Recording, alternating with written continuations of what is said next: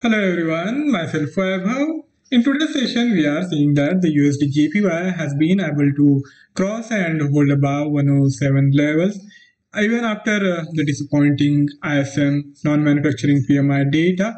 We haven't really seen much of an selling pressure in the USD JPY, and technically speaking, I think now is the time to look for the fresh opportunities for the breakout above 107, and in coming days it might even try to get closer to the 108. So in today's session of market movers, we will be looking at the technical aspects of this possible move in the USD JPY. And if you consider the data rocket for the day, we will be particularly interested in the US data which we have got so far in the session. And the important one is, of course, the ISM non-manufacturing, that is the services sector PMI data. And this is the lowest reading for last 9 months, and this is coming even after the vaccination rollout, and this is something to worry about. And it kind of points to the fact that economy is losing steam, or at least cooling off after a fast peak up which we saw in the last couple of months. Now things are more of an normalizing, and we are seeing moderation in the PMI reading. And then comes the EIS, WTI, crude oil inventory data. And here, this is the record inventory buildup at 21.5 million barrels.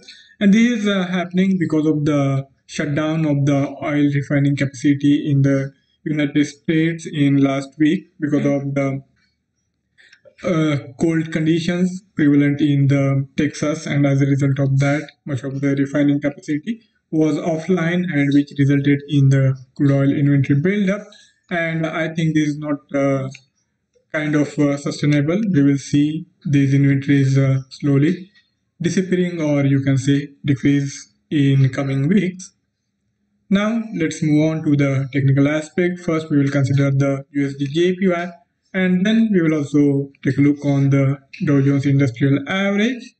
Let's start with the USD JPY's technical outlook. This is the daily time frame chart, and here, if you observe on the daily time frame chart, last time these levels were seen in the August of 2020, and now after almost 6 to 7 months, the USD JPY has gotten closer to these important levels, and I think this time around it might try to breach this 107 barrier. And as I said, in coming days we can even expect more than 100 pips move on the higher side. It has already rallied quite strongly in last couple of days. It started closer to the 105, and now it has gone up by almost 200 points, but still, looking at the chart, I feel this is now the bullish momentum prevalent in the USD JPY, and the only thing we can do is to look for the long trades even after this strong rally which we have already observed.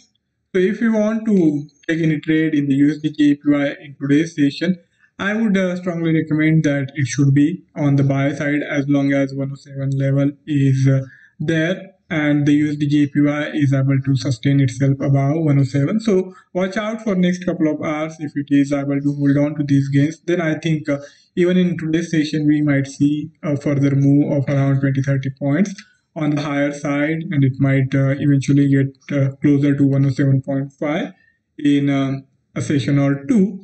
If you consider these technical formations of the regression curve and the pivot point series, both of these formations are supportive of the bullish trajectory for the USD JPY. The price formation is in the upper band of this regression curve, and if you consider the pivot point series, then it is caught in between the support and the resistance. Resistance is there closer to 107.3, and this can be considered as our near-term target if we are looking for any scalping opportunity in the USD JPY. So on the lower time frame, the price area of around 50 SMA is crucial, and as I said, the near-term price support lies just above this prior breakout, the prior swing high zone of around 107. So as long as it is able to hold above 107, then I think we can add on to the positioning here on the long side, and the stop loss can be kept just below these 50 SMA, which is there closer to the 106.8, and these were the immediate low was made just a couple of hours back, and even after the lower ISM reading, as I said earlier also, we didn't really see much of an downward momentum in the USD JPY. That also helps us in building confidence in the bullish momentum of the USD JPY. And for the risk of around 20-25 pips, we can expect around 50 pips on the higher side, giving us the risk reward ratio of 1 is to 2. Now, moving on to the Dow Jones Industrial Average technical outlook.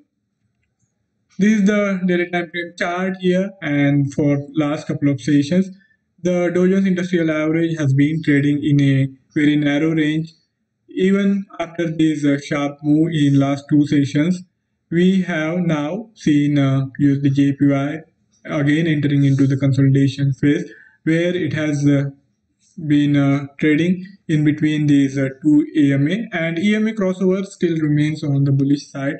And if we look at the longer time frame trajectory also, the momentum is still bullish, but in near term it is more advisable to look for scalping opportunities rather than looking for big swing trades here, given the fact that Dow Jones Industrial Average has already rallied on the higher side for last many weeks, and this time around it might just try to spend more time into consolidation. So for us, the price area of this 31,000, the price level closer to 31,000 is important. On the lower side we have the central pivot point formation around this price area, and right now the price action is kind of caught in between these key support and the resistance level.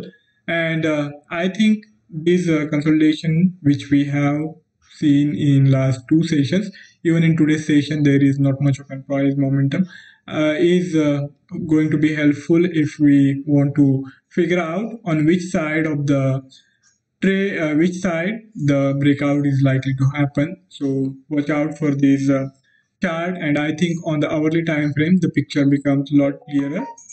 So here in hourly time frame, we have on the lower side the support closer to the 31,350, and this is where we have seen that Dow Jones Industrial Average has found support in today's session as well as in last session. Even in today's session, it is turning around after getting closer to this, and I think now we need the breakout on the either side. Either it should cross and hold above this immediate resistance of around 31,650, or it should give us a clear breakout below this 31,350. So we have this 300 points range in which the Dow Jones Industrial Average is consolidating. In today's session, I am not really expecting any big move. Of course, you can't rule out anything in the market, but looking at the price formation, I think it might spend a session or two consolidating in this narrow range, and then only after the consolidation, we might see a clearer breakout, and that will be the time to go in for the fresh trade here. And if it breaks out on the higher side above the 31,650 zone, then that will be the point, that will be the opportunity to go long while keeping the targets closer to this prior swing high. But if it doesn't really break out on the higher side, then I think we will have to wait and watch, and then allow the price action to tell its story and then trade accordingly. So that's it from my side for today's session. If any of you have any query or any idea to share, you can write to me in the comment section, and I would be more than happy to take the discussion forward. Before I sign off, I would also like to remind of the risk associated with trading in the financial instrument, and one should be careful while using the information provided. Have a fabulous day ahead. Do subscribe to the Ducoscopy webinar channel. Thank you all for joining in. Goodbye.